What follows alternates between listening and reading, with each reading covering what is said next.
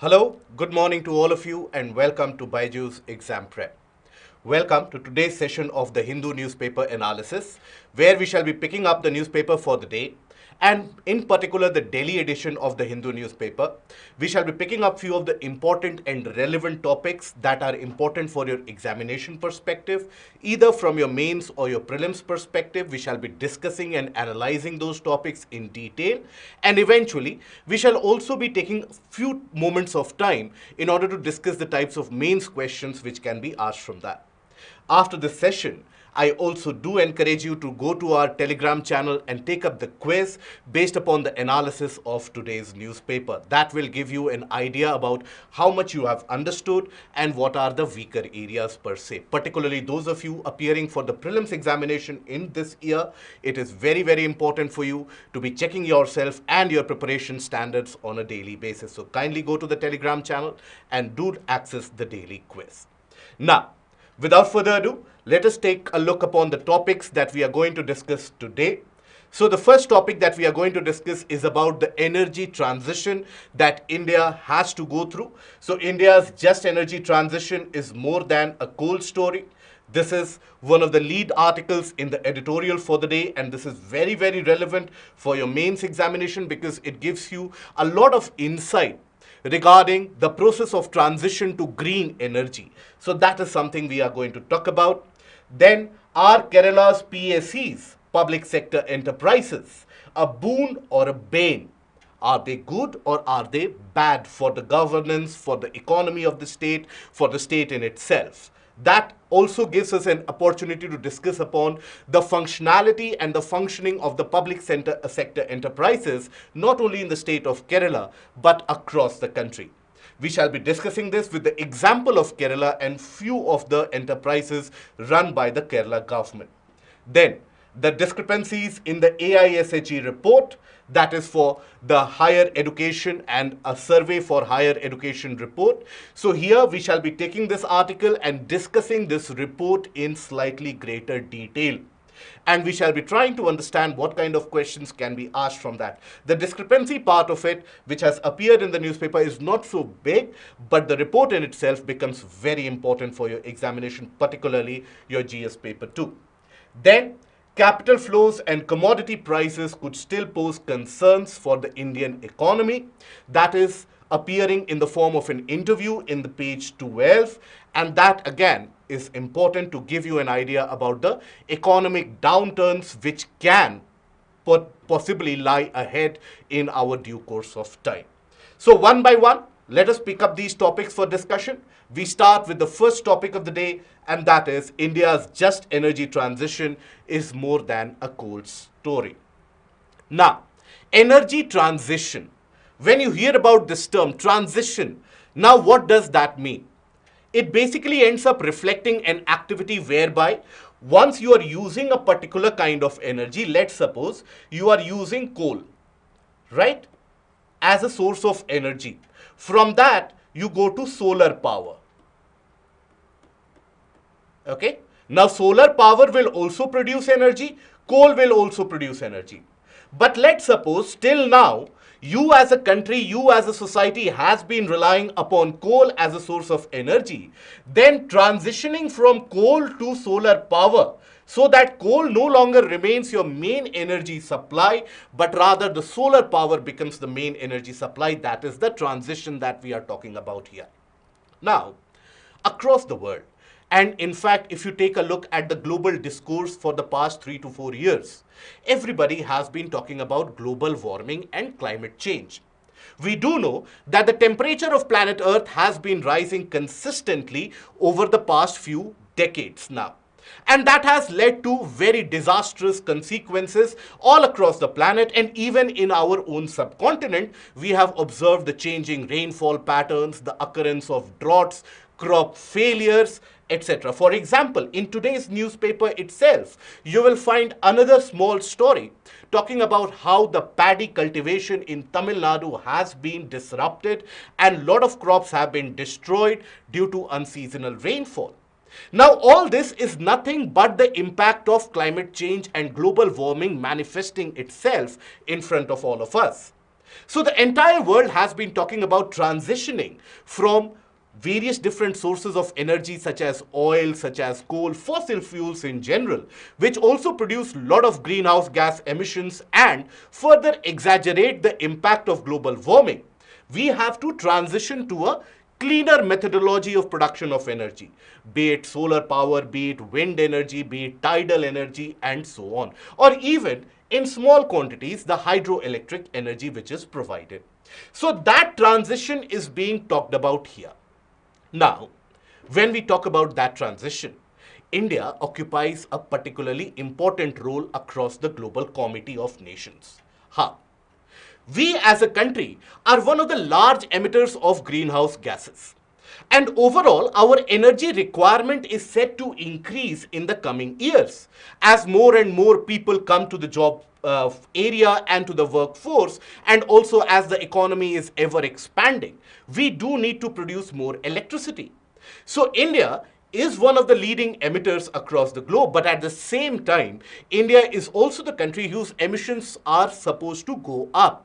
So for us, the transition which we are going to take is completely going to be very, very different from, let's say, the transitions being followed and observed by United States, by the countries of Western Europe, and so on.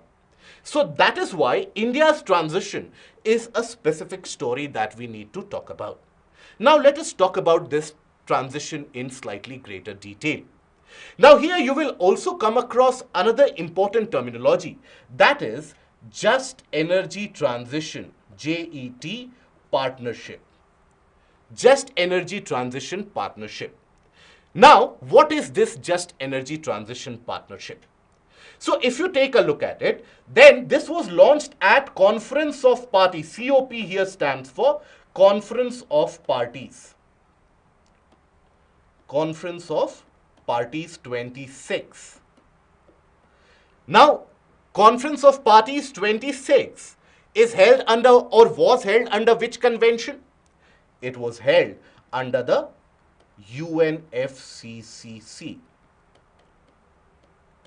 That is United Nations Framework Convention on Climate Change.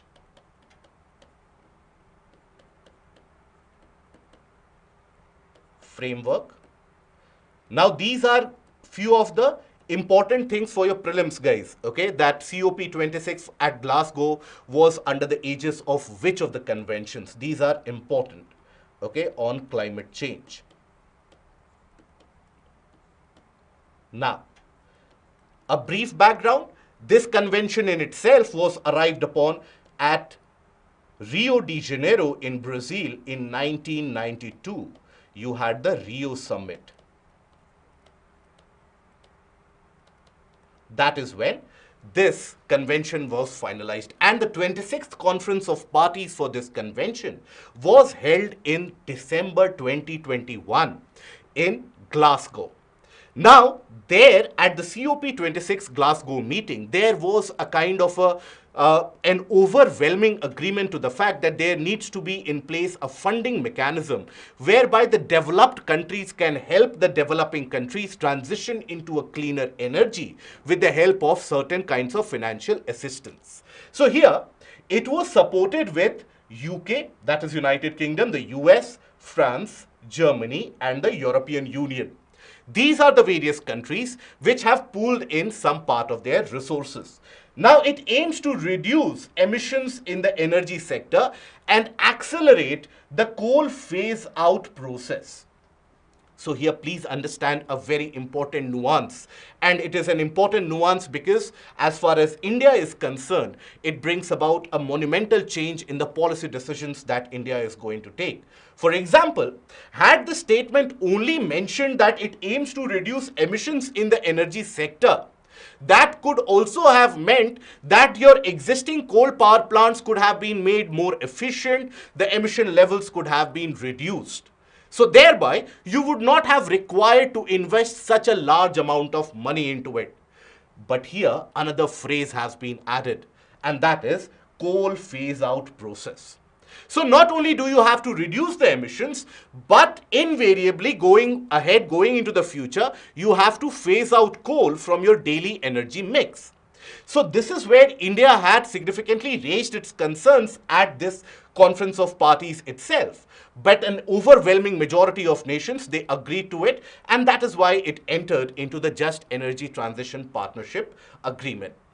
Now, this Just Energy Transition Partnership, this has basically been signed up till now with 3 different nations. Which are the 3 nations which have signed them? The 3 nations are South Africa,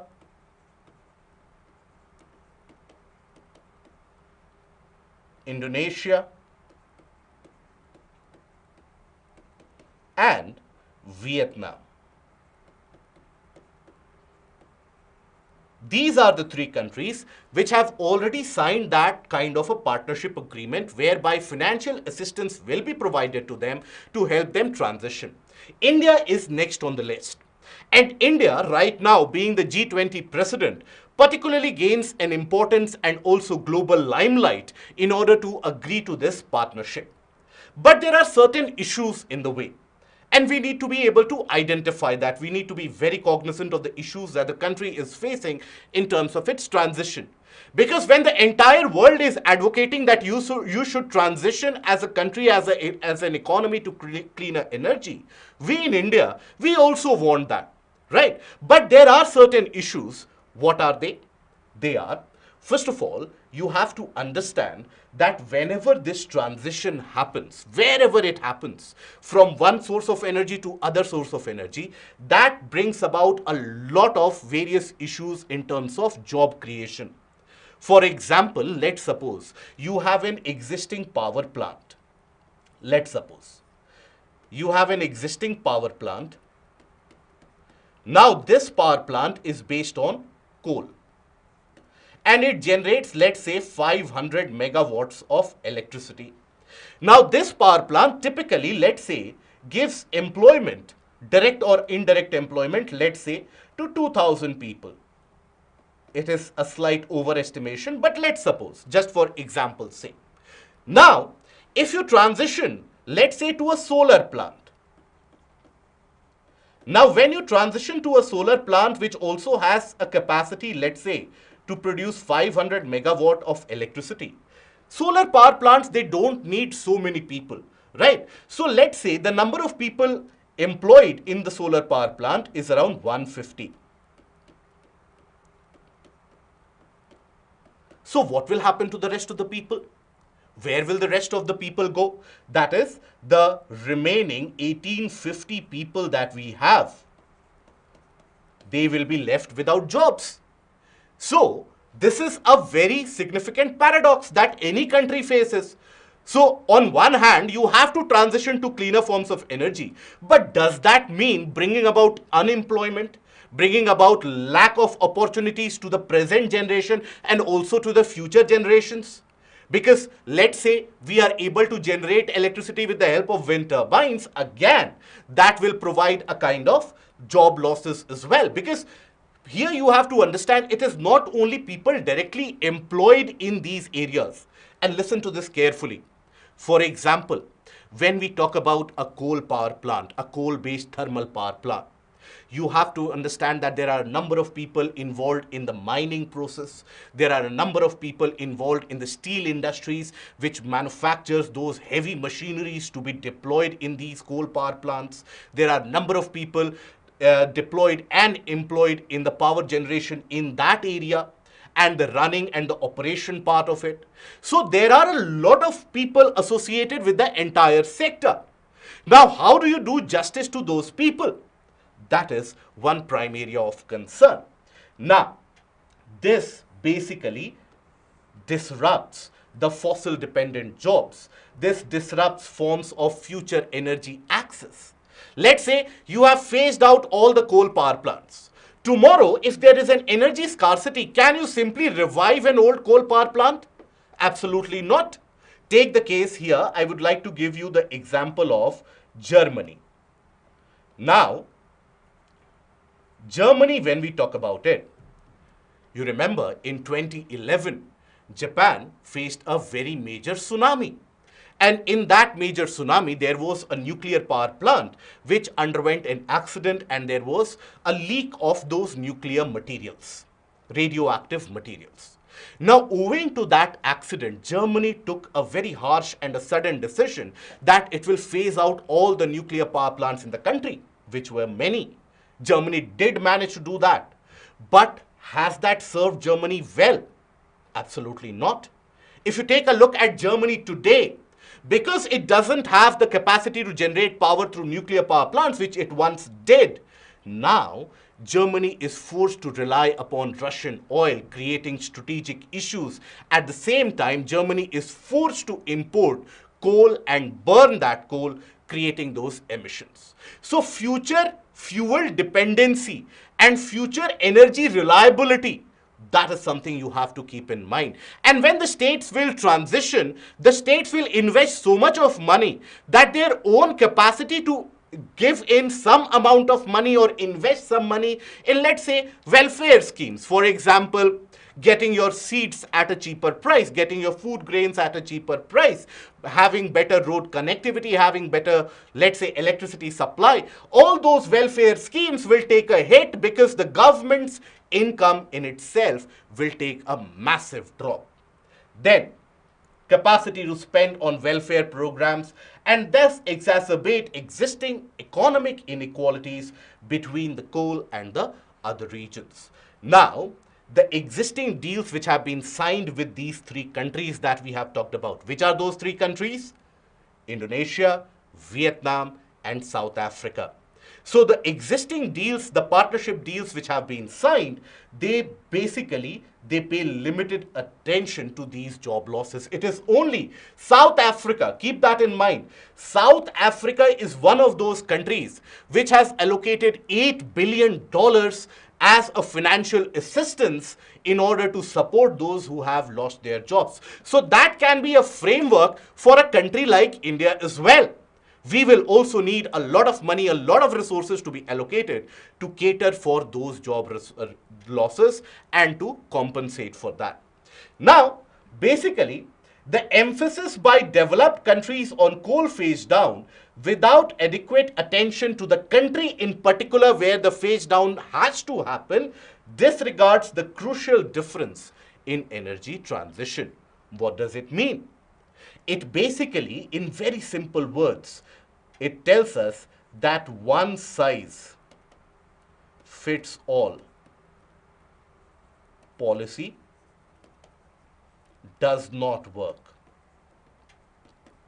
Meaning that if all the countries, they are treated on the same aspect with regards to how should they reduce their coal usage, then we fail to understand the intricacies of each and every country involved.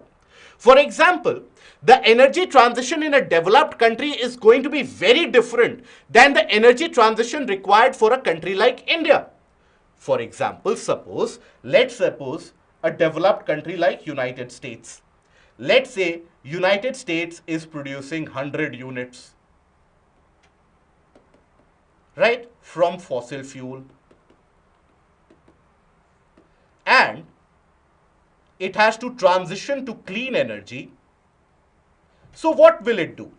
Slowly and steadily reduce the usage of fossil fuel, slowly and steadily increase the usage of clean energy, take it up till 100 units, let's suppose, and thereby the transition is done. But what about countries like India? What is the issue there? The issue pertaining in countries like India is, let's suppose, we are as of now generating 80 units by fossil fuel. Right? Not only do we have to transition this 80 units to clean energy, we also know that this is not the peak of our energy requirement or the energy utilization. Slowly and steadily the energy demand in our country is increasing with the rise in population, with the growth of economy and the growth of economic activities. More and more different requirements for energy will come in. So the prediction by the Central Electricity Authority, it projects that there will be a doubling of electricity demand by 2030. So this 80 units, by 2030, we will be needing to generate close to around 160 units. So that means not only transitioning from here, but at the same time being able to generate some amount of extra. So that is a transition which is not only about switching off coal and switching on the solar, but augmenting it simultaneously and continuously. That is why India's case is different from all the relevant cases that we have seen just now. Now, India has basically paved a path for itself in order to have this transition done. And India has signaled a commitment to clean energy with the aim to target close to around 500 gigawatts of non-fossil, including 450 gigawatts of renewable energy, RE capacity, that is renewable energy capacity addition by 2030. And we have launched various different incentives, schemes, programs, both at the side of the central government as well as the state governments in order to augment and facilitate this change. Now, here, you have to also keep in mind few of the important government schemes which have been able to do so. So, there are various ways in which we can achieve this transition. The first method and the first thing that India as a country has to keep in mind is that we have to keep on adding significantly much more amount of renewable energy to our energy mix than what we are doing today.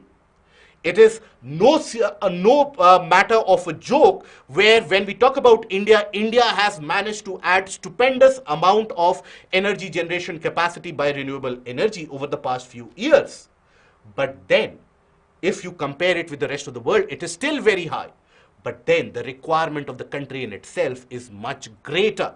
So thereby, while the renewable energy deployment has outpaced coal in the recent years, meeting India's 2030 targets requires an augmentation by around 22% year-on-year growth of renewable energy addition. Now, how can we accelerate this? We know how to do this. How do we accelerate this? So we have many different areas which are present in the hinterlands, in the rural areas, in the villages, in the hilly outcrops, in the mountainous regions which do not have proper communication channels, infrastructure facilities which are available, and they keep on utilizing a very poor quality of coal-based electricity which is generated. So those are the areas which can very readily switch to a kind of decentralized power generation with the help of solar power. So decentralized renewable energy for residential cooking and heating.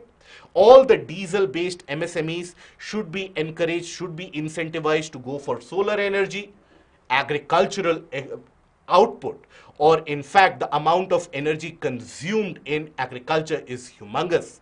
So there comes the role of few of the programs run by the central government. For example, you would have come across the PM Kusum scheme. This is where I have mentioned the scheme separately as an example, because when you validate your answer with an example, your answer automatically fetches you easily 2 to 2.5 marks greater. So always, whenever you are analyzing anything, always try to associate it with any government scheme that will enrich your answer. So here, just to put it into perspective, the Pradhan Mantri Kisan Urja Suraksha Evam Utthan Mahabhiyan, the Kusum scheme launched by the government of India, is what? The tube wells which are operated and which are run in the various different agricultural fields, they also consume humongous proportion of electricity on a day-to-day basis. So in place of those tube wells, we should have these solar pumps. That is what the endeavor and the mission has been. So these solar pumps or these solar wells, in a way, they will not only help the farmers gather the water from the lower level, but at the same time will help them conserve the electrical energy. And if there is a surplus amount of electricity which is produced, that can then be plowed back into the grid, earning the farmer some amount of money. So a widespread execution and implementation of schemes like this can save humongous amount of coal-based energy consumed by the agricultural sector and make it much more energy efficient and at the same time cleaner in terms of energy requirement. Then There are other steps needed as well. For example, the domestic manufacturing of clean energy components, for example, the solar power plants that we have. So the solar panels which constitute the solar power plant, there should be the domestic manufacturing of these panels. Now, when you have the domestic manufacturing, only then will you be able to attain that Atmanirbharta. Otherwise, what will happen is, India will continue to remain a kind of an assembly station, where raw materials are imported from countries such as China, and all of them are assembled together, and then we say it is manufactured in India. But that should not be the case, because any time when there is a supply demand or any kind of a supply chain crunch or crisis, as we are seeing in the case of semiconductors, that can significantly interrupt the power generated by these renewables in India.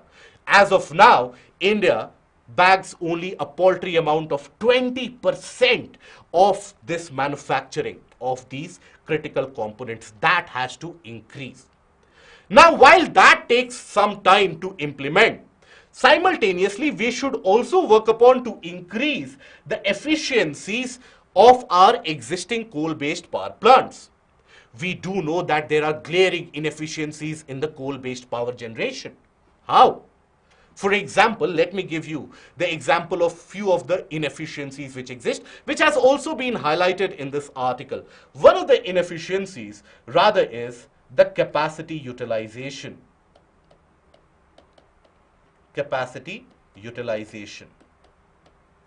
What do we mean by the term capacity utilization? This basically indicates that if the power plant has a generating capacity of, let's say, 500 megawatts, it has the capacity, right? How much of it is being generated? So if that power plant is operating or is generating 200 megawatts, we say it is operating at 50% capacity, because its capacity is to produce around 500 megawatts. As of now, the coal-based power plants in our country, they are running at a small and meager capacity utilization of 58%. So there is a lot of scope for improvement here. This is the current capacity utilization, and this has to increase. Another way in which we can increase this efficiency in the coal-based power plant is basically what we can do is, we have various different coal producing areas, and we have different power plants as well. So under the present circumstance and the situation is so dire that, let's suppose you have a coal producing area. Let's say here you have coal, right? Somewhere in Jharkhand.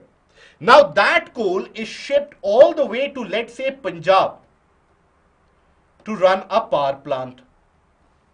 And for a power plant which is situated in Jharkhand itself, you have coal which is coming, let's say, from Madhya Pradesh or Chhattisgarh, right?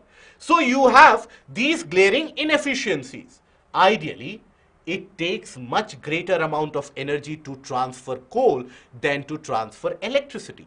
So always we should endeavor that the power plant closest to the mine should get the coal from that mine itself, so that that transportation cost, because even in transportation you have a lot of pollution, so that is something which is saved, and we get a pure and a crystal clear idea about what our future demand for coal power is going to be. And that will always help the policymakers devise policies which will slowly and steadily aim to reduce the utilization of that coal power and then transition into a cleaner energy.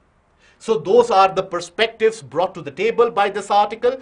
If you analyze what this article has talked about, it talks about the importance of transition, why the India story is different, what are the steps needed to be taken into care, into consideration when we go for that transition, and how to increase the optimal utilization in terms of efficiency of these coal-based power plants. Okay?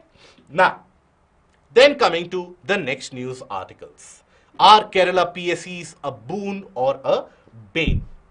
What is, okay, one question, what is intergeneration inequity and spatial equity. So please understand what it refers to is that distribution of resources, distribution of welfare, distribution of economic wherewithal in terms of income opportunities in the same generation. When we say spatial equity, so coal producing areas and non-coal producing areas, inter and intra-generational, within the same generation, as we have seen that many people got unemployed, and the future generation will also not get the added benefits of that. So those refer to those different inequities. Okay. Hydropower plant is basically the one which generates electricity with the help of water, stored water, and the thermal is the one which utilizes either coal or certain kinds of oil, natural gas, etc. in order to produce electricity. Now, coming to the next article. Are Kerala PSEs a boon or a bane? Now here PSEs, they refer to public sector enterprises which are run and controlled by the government. So there has been an increasing clamor call over the past few decades now that the government has got no business to stay in any kind of business, whereby the government should maintain the welfare schemes and the various different organizations, enterprises, etc. that the government runs, they should be given to some qualified or certain private entities, or there should be a kind of a disinvestment made. There are arguments for and against made always in this regard. So this article has to be taken in that light. Now this article, what it does is, it gives you the fiscal and the financial health of the public sector enterprises operating in the state of Kerala. It tells you how significantly there has been a lot of money which has been poured in both by the state government as well as the central government. The state's domestic production, right, the GSDP, the gross state production of the state, that basically has got a large chunk of it being directed towards the upkeep of these public sector enterprises. And even the central government has poured in hundreds of crores this year itself into the upkeep of these public sector enterprises which are operating in the state. But nonetheless, these states and these enterprises are in very dire health. Their net worth is reducing, the return on investment is turning out to be negative, and that has got a widespread implication. Let us familiarize ourselves with these different aspects. So, what are the main prevalent issues? Issues here to the public sector enterprises.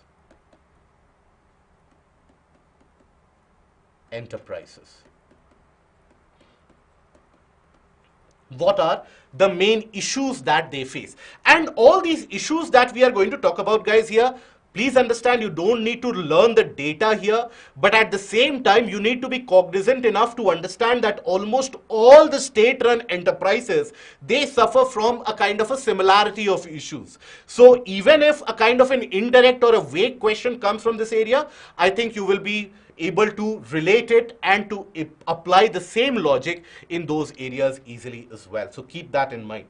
Now here, the issues that the public sector enterprises of various states or even the central they face is lack of accounting data. Particularly in the state of Kerala, when we talk about the PSEs, most of them, they have not given the accounts, the detailed financial accounts ranging from the past 6 years. In certain cases, only a gap of 1 year is prevalent. But there has been a gap where that accounting data has not been given. Now, ideally, on the face of it, you might have a question that what is wrong in it? They will give the accounting data sometime else. But this is where eventually, let's say after 6 years, after 7 years, after 10 years, if the accounting data is generated and the state government comes to know that there is a loss of around 20,000 crores, the state government won't be able to plug that loss. And that would mean immediate shutting down of that sector. That would mean a lot of job losses. So that is why there has to be a frequent auditing as well as the submission of this data to ensure that the policy changes can also be monitored accordingly. Return on investment in 2021, as you can see, was minus 15.8% per annum. That means if you as an individual would have invested rupees 100, let's say, in 1 year, your investment would have turned out to be around rupees 84.2. So there is a negative return on investment. So no new investment will come in when there is a negative cycle. Unless and until a company, an institution, an enterprise is profitable, nobody wants to invest in that, right? So that is why there is a kind of a negative return of investment which is very, very detrimental.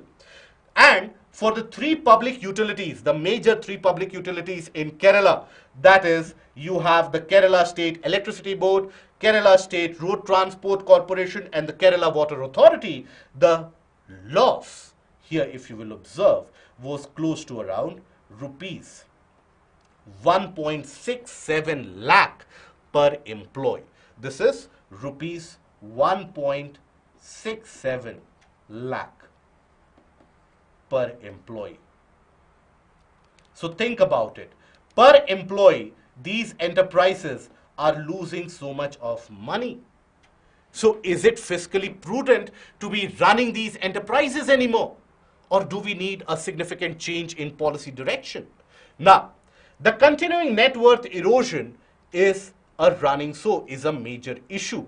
Now, the net worth loss of rupees almost close to around 5,500 crore, that was something which was experienced in 2018 and 19, which doubled to close to around 11,500 crore of loss in 2020 and 2021. This includes certain companies which have turned profitable. This is the overall loss that we are staring at. But here, if you include these three major enterprises that we have just talked about, then their loss alone account to close to around 18,000 crores. Think about it. That is the cost that we are facing. That is the cost that we are incurring in keeping these enterprises alive. How long can we do it? We have seen what happened in the case of Air India. This is the same fate awaiting these enterprises as well. Even enterprises such as the Cashew Development Corporation, which was one of the bigger job creators in the state of Kerala, that is the leading loss maker. Enterprises such as Tourism Development Corporation, think about it. When you think about Kerala, when you hear about Kerala, the first words that you hear is basically the God's own country. Even there, the tourism department is facing a tremendous and a huge amount of loss. So that cannot be good going ahead. Now here, in that particular article, you will have various numbers and figures thrown to you, not very relevant for your examination. You have to understand why, the why of the issue. Why is it that these organizations are facing so much of losses? So there are multiple reasons behind it. One is lack of professional expertise at various top roles. And this is very relevant. You have to understand that in these government sector jobs, you don't have specialized job roles whereby, let's say, leaders of the industry for the cashew development, for tourism sector, they will get roles in these corporations. No. You will have people in a kind of those who have appeared for the examinations, those who have qualified, or let's say the state employees getting transferred from one role to another. And for them as well, it is a transitionary role. It is not their life's aim that I have to improve the tourism sector of Kerala. Their role is what? Or their aim is what? Till my next posting, I have to survive here. I have to do my job honestly. That is it. So there is not a significant amount of professionalism that you will find in these public sector enterprises, as a result of which there is a lack of accountability. Now imagine a scenario where any such private enterprise, we are seeing what is happening in the case of Adani in front of our eyes. So imagine if any private sector enterprise or any private limited company, they would have incurred such a huge loss of tens of thousands of crores. What would have happened? Immediately, the government would have basically taken over the management in certain cases, or there would have been a huge public outcry. It could have led to the shutdown, and the management would have been held responsible. But in this case, the chances are that the individual who had headed the tourism department, he will get a good posting in the state transport department. Right? So that is where you have a lack of accountability for these losses. Nobody is responsible in a way. That is where the issue lies. Poor distribution of funds is also a major issue. These different enterprises, these different institutions, they don't get money in most of the cases, though they don't get money based upon the requirement on the ground. They get money based upon who is heading it and what are the political compulsions, not only in one state but across all the states, which brings about an increased inefficiency for a prolonged duration. There is a lack of prudent economics as well. There are multiple enterprises doing the same job. So rather than merging them and creating an efficient and lean organization, we are letting them function, we are letting them rot and die on their own, which is the worst that we can do with these organizations. The economic survey has also pointed out the lacunae in these enterprises. So those of you interested enough, please go through the economic survey in slightly greater detail as well. So these are the issues which are pegging these enterprises back, and if you get rid of these issues, if you bring about a professional management team, that will always improve, and overall there can be a profitability in sight. For example, we don't know what the future lies in the case of Air India, but after going into the hands of the Tatas, we do know that Air India, which was also a government-run enterprise earlier, now Air India is bagging awards with regards to on-time performance, and chances are it can turn profitable in the near-time future, which was unfathomable a couple of years back. So that is where a very kind of a dedicated professional leaders on those areas, if they are deployed and there's a kind of a rationalizing and a rationing of these enterprises, you don't need enterprises just establishing them, splurging thousands of crores. You can utilize those crores somewhere else. So better utilization of money will also take place. Okay? Now, then after that, we come to the next topic and the next news headline. It is in the same page. Now this is about the discrepancies in the latest AISHE report. Now, here, to be very honest, if you take a look at this detailed data, this headline and this article in itself, it talks very briefly about how this AISHE report, what is AISHE? All India Survey for Higher Education. We will look into that as well. So that AISHE report, that has counted in certain data pointers based upon the 2011 census, and there are certain discrepancies in various states such as Tamil Nadu. That has been pointed out here. So you don't need to entangle yourself into these discrepancies of the data. We will utilize this news article to understand a bit more about this AISHE and the report which has been furnished a few days back. So AISHE, if you take a look at it, it is All India Survey on Higher Education. And this basically was done and is done by the Ministry of Education. It conducts an annual web-based survey since 2010 and 11. It is done annually. This is important for your prelims, that whether it is done annually or biannually, etc. So it is done annually. Right. And data is collected on several parameters. For example, gender parity, student enrollment programs, the number of students taking part and getting enrolled in various different types of programs, education finance, infrastructure, and so on. So the data and the survey data, the latest data which has been released, that is for the year 2020 and 21. Now here, again, you will come across many different data pointers. These data pointers, you will find it here for your future references as well.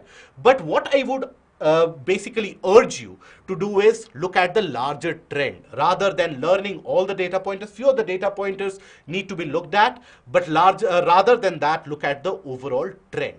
What is the trend?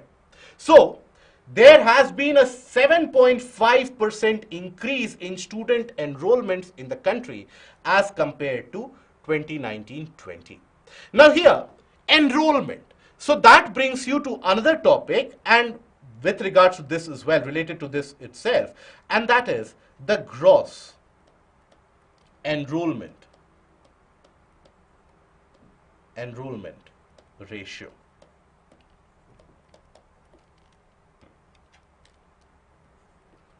or what is also mentioned as GER. Aarti, can we call the PSEs white elephants? Absolutely yes. So what is this gross enrollment ratio? So basically, let us assume primary education. If I have to calculate the GER for primary education, what will the GER be? So here it will include number of or the population which has enrolled itself in that education or in that standard. Population enrolled divided by total population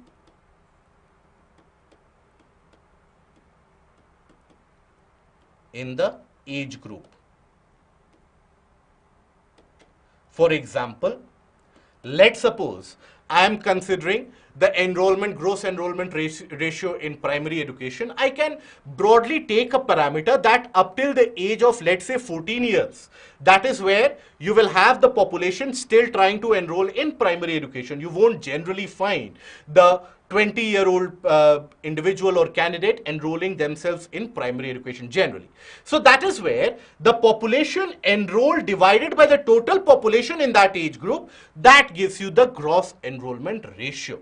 That is calculated in order to get an idea that how many people are availing the facility of education, what more can the government do, where can the policy be changed in a way to bring more people to school. That is where the government has launched various different schemes in the past, from Sarv Shiksha Abhiyan to slogans such as School Chale Hum, etc. There have been various different measures to attract more people to the schools, to these learning institutions, including programs such as midday meal scheme, to improve the GER.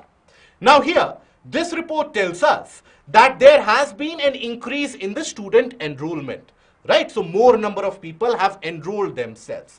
Number of universities across the country have also increased by a staggering 70 within these years. That is a huge amount. If we are able to maintain the standardization of these industries or these institutions, it is more than sufficient. You have certain states such as UP, Maharashtra, Karnataka, Rajasthan, Tamil Nadu, Andhra Pradesh, and so on. These are the top 10 states in terms of number of colleges and institutions that they have. About 32% of the colleges are situated in 50 districts of the country, with the largest number of institutes and colleges being in Bangalore urban. Okay? Now, here 21% government colleges account for 34% of total enrollments, whereas rest 65% are by private aided and unaided universities. Now here, as I told you, don't fixate yourself on the data and look at the trend. What is the trend that you see here? That basically there is a greater enrollment seen at the private colleges. What does that mean? That means there is a greater importance and necessity for good regulation.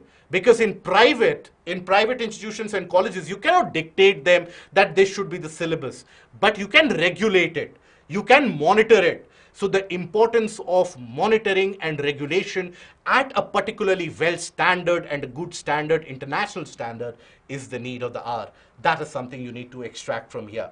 The number of students graduating from higher education, that has also increased, but slightly so, right? Courses at undergraduate and postgraduate levels, if you take a look at it, then undergraduate level, the courses have been enrolled in at a greatest proportion. For example, highest enrollment was seen at the undergraduate level, which accounted for 79% of all the enrollments which the country saw. The female enrollment in higher education program has increased to 49%. Right? It is still not 50%, but it is 49%. In the STEM courses, that is science, tech, engineering, mathematics, here the enrollment showed that women lagged behind men, who accounted for 56% of the enrollment. This again tells you what? This tells you a kind of a discrepancy, a kind of a inequality of sorts. Right? whereby you have lesser women accessing STEM courses as compared to men. So as a result of that, it will manifest itself into the job roles that you will see 5 years, 6 years, 10 years down the line, where you will see that the companies, the organizations, they are dominated by men, the technological organizations, etc. The root of it lies here. So this is the analysis that you should extract from this area. The gender parity index, which is basically a unit or an index to tell you the relative access to education of males and females. This is released by UNESCO. So thus, this gender parity index in the case of India has improved. It has increased from 1, which was observed in 2017-18, to slightly 1.05. So it is becoming better, but still a lot needs to be done. The number of people with disabilities, persons with disabilities having access to education, that dropped ever so slightly. So these are the important areas. Even in the case of teaching and non-teaching staff, the number of teachers has increased by close to around 48,000. There are 75 female teachers for every 100 male teachers that we have. And here, if you look at it, teacher-pupil ratio, this is the data I want you to learn. This is the data I want you to use in your essay paper, in your mains paper. This data is very important. So the teacher-pupil ratio was at 27 for all universities, colleges and everything. But if you talk about regular mode of degree, etc., there you have 24. That is, for every 24 students, you have 1 teacher. This needs to improve. The situation is at its best in Tamil Nadu and Karnataka and various different states such as West Bengal, Odisha, Bihar. They are significant laggards in this. They need to be improving. So teacher-pupil ratio is a major issue. Now, this report overall highlights certain issues in our higher education system which we should be cognizant about, which we should be knowing about, so that we can write it up. So, first of all, we have seen with the help of the teacher-pupil ratio, we have a significant faculty shortage, particularly in higher education, and also lack of adequate training. Lack of adequate training. Right. Then you don't have enough and adequate infrastructure in order to cater to the demands of the ever increasing size of the population. Also, you have either a lack in the absolute number of classrooms. In certain cases, let's say the state government has built up the classrooms, but there are facilities lacking. For example, in the very basic example that I'm giving you, in many of the rural areas, you will observe that the schools have come up, but there are no separate toilets. For example, girl toilets, boys toilet, etc., they are not there. So that is in a way encouraging inequities at the time of the schooling itself, because the girls many of the times, particularly at the age of menstruation, they will not feel comfortable to come to school, and that brings about an automatic dropout of the girls. So the poor infrastructure here talks about the physical infrastructure, the technological infrastructure, the enabling infrastructure as well, which in a way brings people to school, keeps them at school, and more importantly, facilitates learning. Then regulatory issues we have talked about, regulating the fee structure, regulating the quality of education imparted, regulating the type of research papers which are furnished. All these, there is a significant lacuna in that area. And more pertinently so, you have a lot of unemployment right now.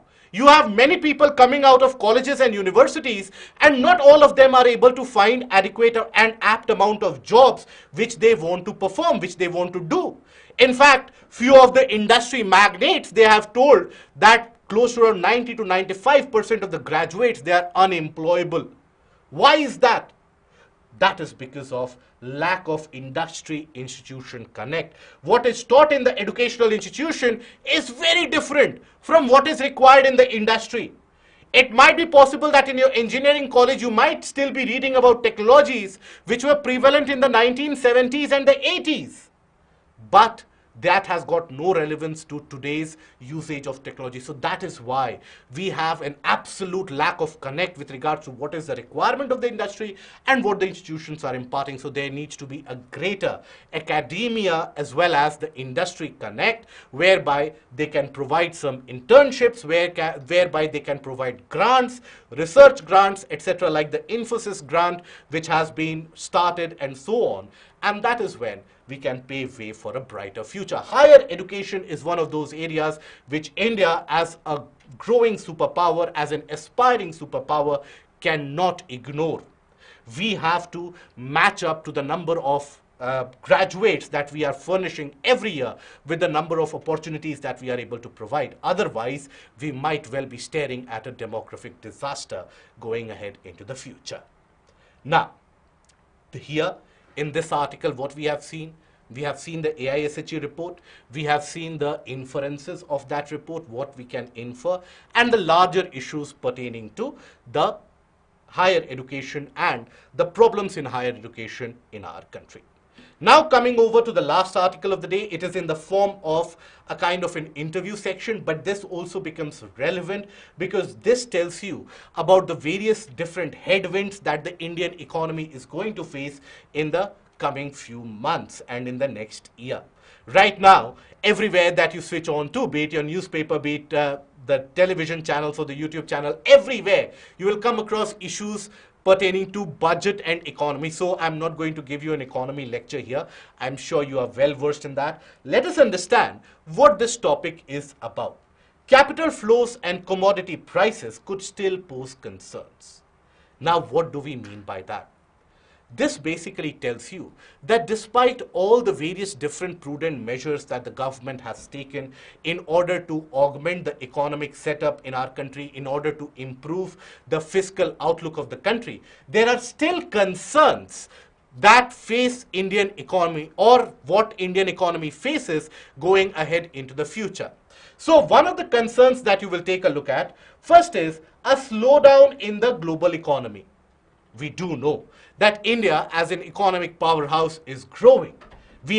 Nonetheless, the growth rate has come down. It is slated to come down a bit further. But nonetheless, we can say with some amount of surety that in the next couple of years, we are going to grow close to around 6.5% to 7%. That is huge. Look at our neighborhood, look at Sri Lanka, look at Bangladesh, look at Pakistan, look at China. China is a different ball game altogether, but look at the Western economies. They are going into recession mode. So our economy is slated to rise, to grow. But can we surely grow if the world in itself is going into recession? Absolutely not. Why? Because when the world goes into recession, when let's say various other countries, they go into recession, their buying power, that reduces. The amount of commodities that they can buy, that reduces. So when they cannot buy more things means what? What we were selling to them, we won't be able to sell them anymore. So as a result of the slowdown in global economy, the exports, these exports are slated to come down, and exports, they basically are very relevant part of the economic growth. So if the exports come down, that will mean what? It will mean production will also reduce. If the production reduces, that means what? There will be unemployment, right? If there is unemployment, means what? Decrease in domestic demand.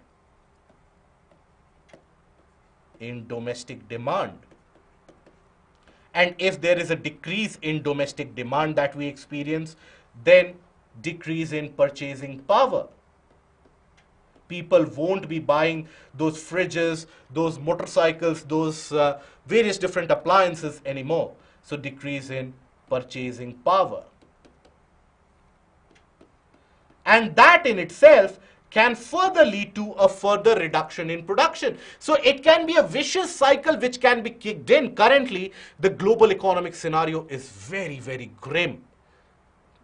Or basically, if you compare it to the growing years of China during the 80s and the 90s and the early part of 2000s, when Chinese economy grew by almost double digits. The entire world was growing by close to around 7 to 8% on an average, which meant the Chinese exports could boom large. Whereas right now, when we are doing well, the world is not doing well. So whatever we are producing, world is not ready to buy. So that means tough times ahead. Action of the US Federal Reserve. US has been experiencing significant amount of inflation, historic levels of inflation, which is unprecedented, due to which the Federal Reserve of United States has been increasing the rate, hiking the rate in United States significantly and continuously. As a result of that, United States is becoming a better market to keep your money safe as compared to developing economies such as India. So as a result of this, United States Federal Reserve rates change which has been happening, huge amount of money has flown out, has been taken out of India and has been pumped into United States. Now, when money is taken out, that is detrimental for the price or the value of the rupee. That is also detrimental for your foreign exchange reserves and not good for the economy at large. Commodity prices, including gas, including oil, they are still facing various different global headwinds. For example, you still have the Russia-Ukraine war which is going on. You have various other commodity prices. For example, why only take oil? We do know that oil has been very, very costly for the past few months. At the same time, take the case of wheat. Wheat inflation across the world is at an unprecedented level due to this Russia-Ukraine war, because these two countries, they were amongst the largest producers of wheat across the world. So when they have suffered, the world is suffering. So that is why, again, if these prices, they kick in, that will bring about huge amount of inflation. And this inflation, being food inflation, will hamper and hit the poorest the most. So these are the major headwinds. And that is why there needs to be a capital expenditure. As of now, the government has provided, as you would have observed, 33% increase in the capital expenditure, where we are slated to invest close to around 10 lakh crores or close to around 10 trillion rupees into the capital expenditure, whereby we are going to create assets, infrastructural assets. And these infrastructural assets, they will lead to job creation. Right? That will lead to job creation. I hope we are aware that when we talk about, let's say, construction of a new port, construction of a new road, not only does it bring about a direct job creation in the form of a construction activity, because construction activity, remember, is one of the largest job creators that you have in the country, but simultaneously and at the same time, it also creates indirect jobs in the form of businesses which can operate there, tourism which can be facilitated. So that is why capital expenditure, public capital expenditure, is very important, which the government is doing. The government is putting in more and more amount of money into this with the aim, with the viewpoint, and with the expectation that slowly and steadily the macroeconomic situation will improve, will slowly and steadily better itself, and that will attract public investment as well. As of now, the public investment is stymied, due to which the job creation is not happening at the rate at which India expects it to happen. So we can expect, if everything goes smoothly, we can expect this capital expenditure to yield itself into better returns going ahead into the next year. So that basically concludes the discussion of the topics. Now, the couple of practice questions which can be asked from here. Discuss the importance of having a smooth transition to cleaner sources of energy. In this context, what should be India's approach towards multilateral partnerships like just energy transition? So here, two parts of the question. Introduction part, write about what do we mean by the transition, then talk about what is this just energy transition partnership, and then discuss the pathways that we have talked about. Discuss the outcomes of AISHE report 2020-21. What are the lacunae which still plague our higher education system? The problems that higher education system faces. This is a question which has been asked in the GS mains exam in the essay paper as well.